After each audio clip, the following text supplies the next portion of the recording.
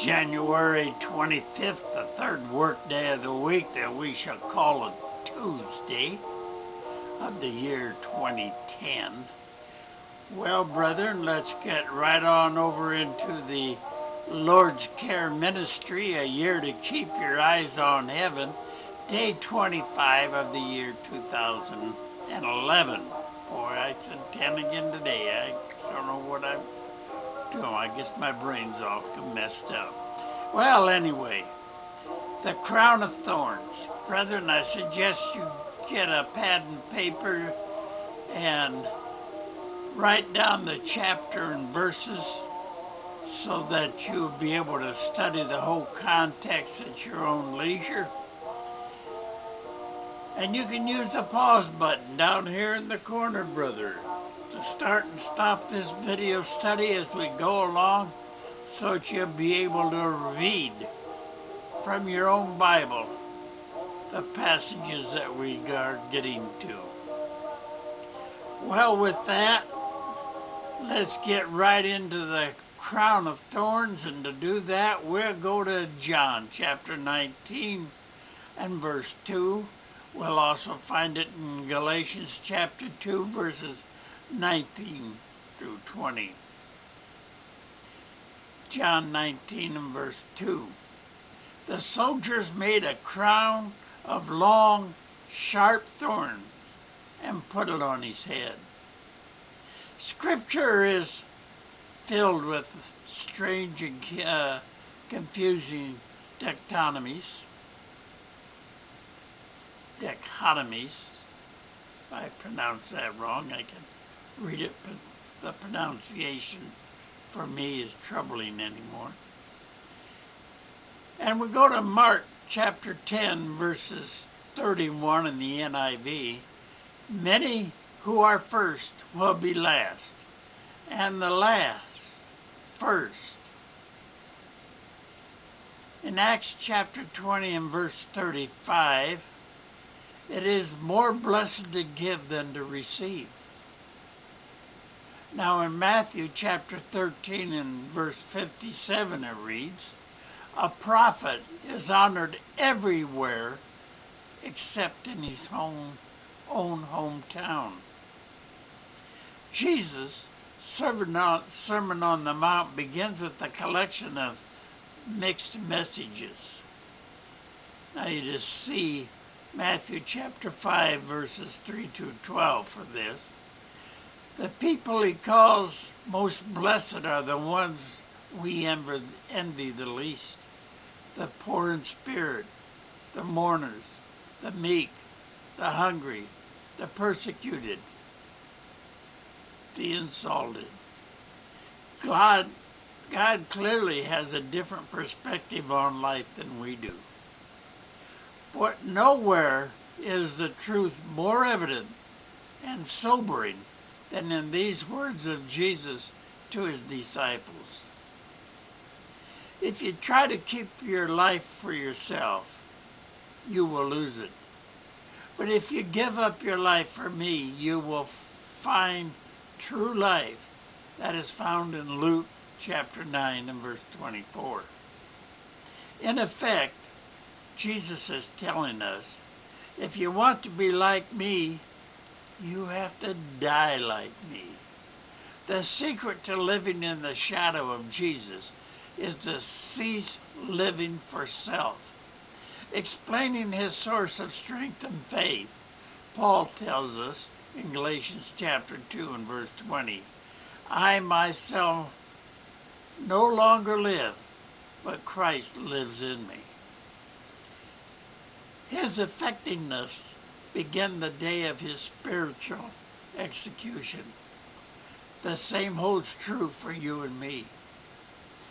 There is one more crown that will be associated with reward on the day of salvation. Only this crown will not be the one we gain, but the one we exchange for another. For those who bore the crown of thorns with Jesus during their days on earth, he will be there to take it away and replace it with one of dignity and joy. For those who live in the shadow of the stake, heaven holds a special place of honor and reward. Their crowns will be the most beautiful of all. When describing what he saw in heaven, John said in Revelation chapter 14 and verse 14, I saw the Son of Man sitting on a white cloud. He had a gold crown on his head and a sharp sickle in his hand. The crown of gold Jesus wears in heaven is a far cry from the crown of thorns he wore on earth. What a glorious sight that will be. What does it mean to die to the law?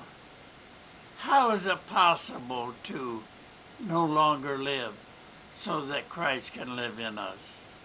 In what ways are you living for yourself and your own pleasure? Psalms chapter 2 and verse 7 reads, God will declare him to be his son.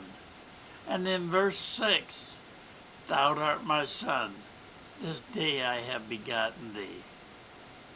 The holy NIV, John 19:2, a crown of thorns. Brethren, in God's word only do we trust, never in the tradition of men. Beware the tradition of men, because that will lead you to the eternal fire. And I'm sure you don't want to go there. Brethren, you always hear me tell you about the tradition of men. I want to read just a couple of verses to you to see where I'm getting this beware the tradition of men from. To do that, I want you to turn over to Matthew chapter 15. And in verse 3, but he answered and said to them, Why do you also transgress the commandments of God by your tradition? And you go on through here and you find it's about dishonoring the father and mother. But in verse 9 it says, But in vain they do worship me, teaching for the doctrines and commandments of men. And then he called the multitude, Hear and understand. Brethren, I also like to refer to Matthew chapter 7 and verse 13 and 14. I have some friends say that I'm always quoting this to them, and it truly comes from my heart. These are some scariest verses in the Bible, as far as I am concerned. There are 3 verses here that really scared you. And here's what they are. Enter into the straight gates, for wide is the gate and broad is the way that leadeth to destruction, and many there be which go in thereat, because strait is the gate, and narrow is the way that leadeth unto life, and a few be there that find it. Brethren, do you want to be one of the few that find it? Then get down on your knees and repent from following the tradition of men. Get on that narrow gate, so that when the Christ comes to his kingdom here on earth, he will greet you with open arms, because you showed you love him by keeping his commandments. Brethren, with that, we're going to close for today. You all have a great and wonderful day. I know I will. And God willing, we'll see you tomorrow. Bye for now.